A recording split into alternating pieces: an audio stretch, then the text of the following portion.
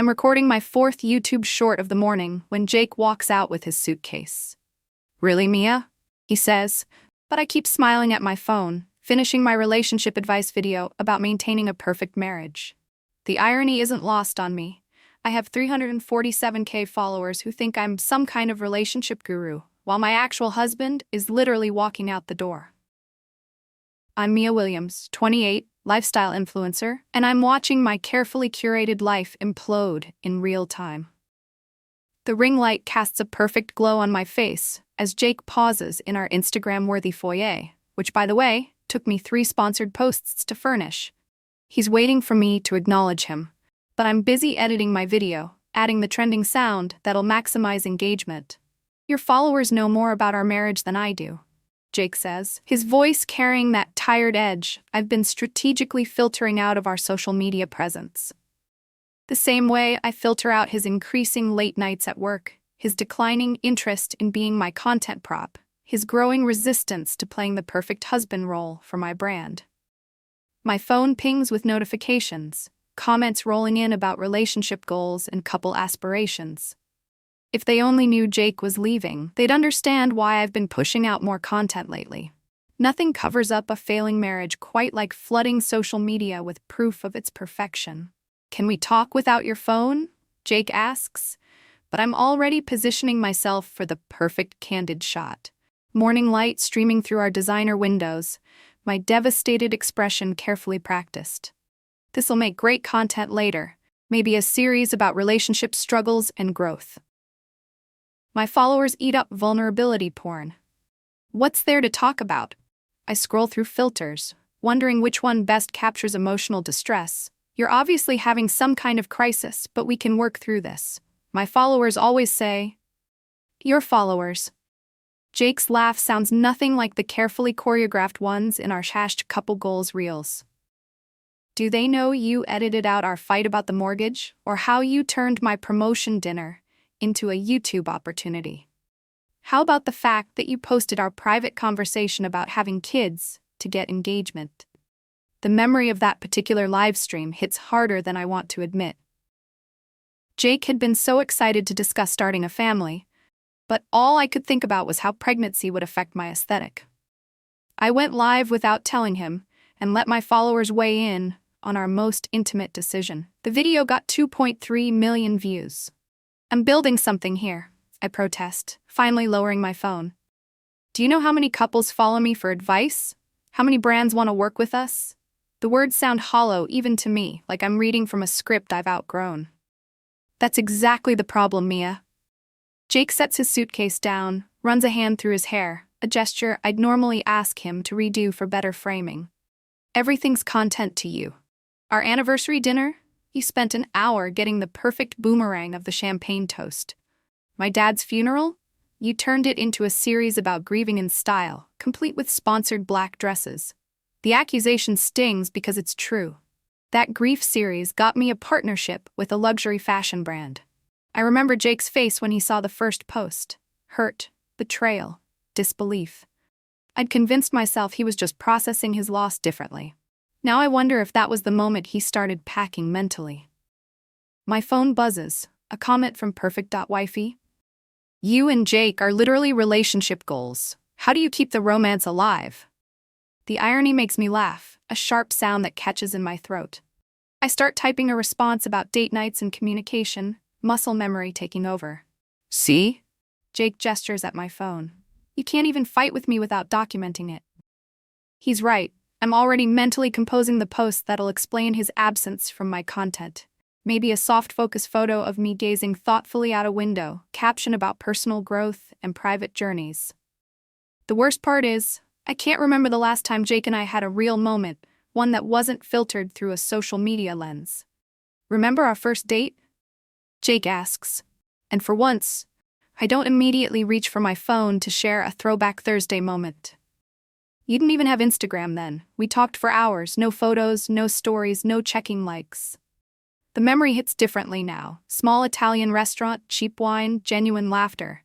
Back when I had 127 followers and a regular marketing job. Before I discovered how intoxicating it felt to have thousands of strangers validate your existence. before I learned to measure love and engagement rates. That girl, Jake continues, she was real. She didn't need filters or perfect angles or scripted moments. I miss her. She wasn't successful. I snap, but my voice wavers. She wasn't inspiring anyone or building a brand or... She inspired me.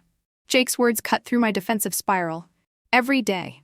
Not because she was perfect, but because she was authentic. My phone pings again. A DM from a follower asking for advice about her husband's social media boundaries. The irony makes me sick. I've got a drafted response ready. Something about balance and respect. #boundaries. #healthy relationship. #marriage goals. All while my own marriage dissolves in our Pinterest perfect living room. I open my camera roll, scrolling past hundreds of carefully staged photos of our perfect life.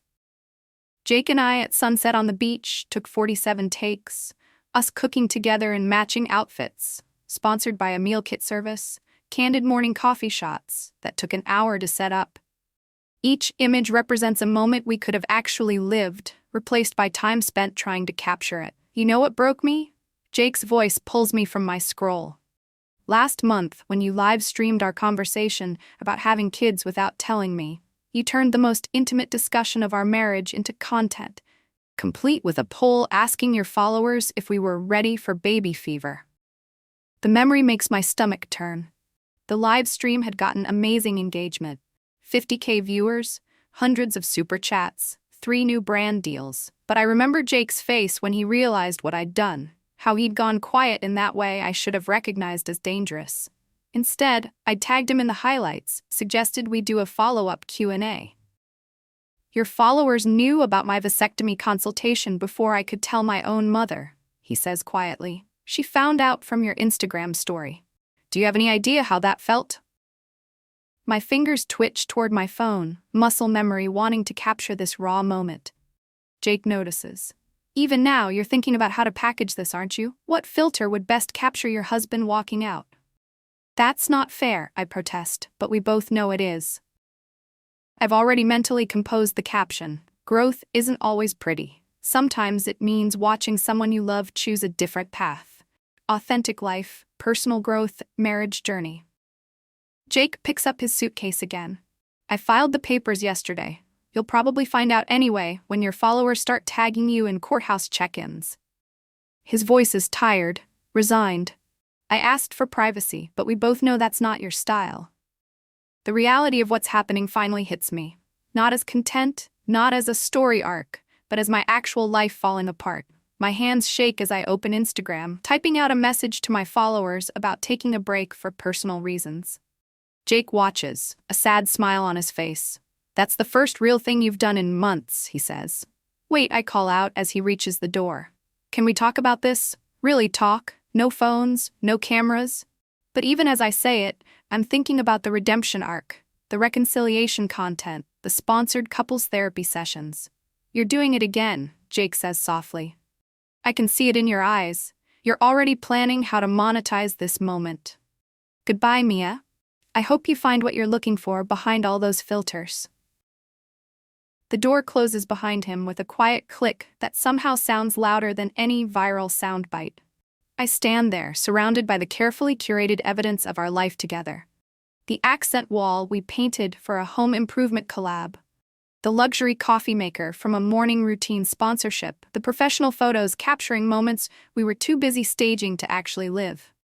My phone buzzes incessantly. Comments, DMs, notifications, a digital chorus demanding my attention. At Married Life 22 asks for tips on keeping romance alive. At Love and Light wants to know our secret to lasting happiness. At Forever Love 89 says we're her inspiration. With trembling fingers I start deleting posts. Our anniversary dinner boomerang. The day in the life of a perfect couple. Reels. The sponsored date night content. Each deletion feels like peeling off a filter I've been hiding behind. 3 years of marriage reduced to archived content and broken links. I reach our wedding photos, the ones that went viral, featured on 5 different wedding blogs. Behind the perfect shots are the ones we never shared. Jake's genuine laugh during our vows, my mascara-stained cheeks during his speech, our messy first dance. Real moments we decided weren't aesthetic enough for the grid. My follower count drops by thousands as news of our separation leaks. Brand deals disappear. The carefully constructed house of cards collapses one unfollow at a time. But for the first time in years, I'm not thinking about how to spin this into content. I find myself opening our private photo album, the one I never shared online. Pictures Jake took when I wasn't posing. Moments I'd dismissed as not on brand. There's one from last Christmas, me in ratty pajamas, laughing at his terrible dad jokes, hair a mess, no makeup. I look happy. Real. The kind of happiness you can't stage for a ring light. My phone pings with a text from my sister. Saw your post about taking a break. Finally, come over. No phones allowed. For once, I don't check my social media metrics before leaving the house. Don't story my outfit. Don't geotag my destination. As I drive, a sponsored post notification pops up. Some beauty brand wanting me to share my authentic journey of self-discovery. The irony makes me laugh until I cry. They want me to package my pain into perfectly filtered squares, turn my failure into engagement bait. Instead, I do something that would horrify my influencer friends. I delete all my social media apps. The silence that follows feels deafening, but somehow cleaner than any aesthetic feed I've ever curated. Maybe that's what Jake meant about being real. Maybe there's more to life than being perceived. Maybe, just maybe, some moments are better lived than shared. I text Jake one last time. I get it now. Too late, but I get it. Then I put my phone away, letting the message exist without waiting for those 3 dots or planning how to share his response.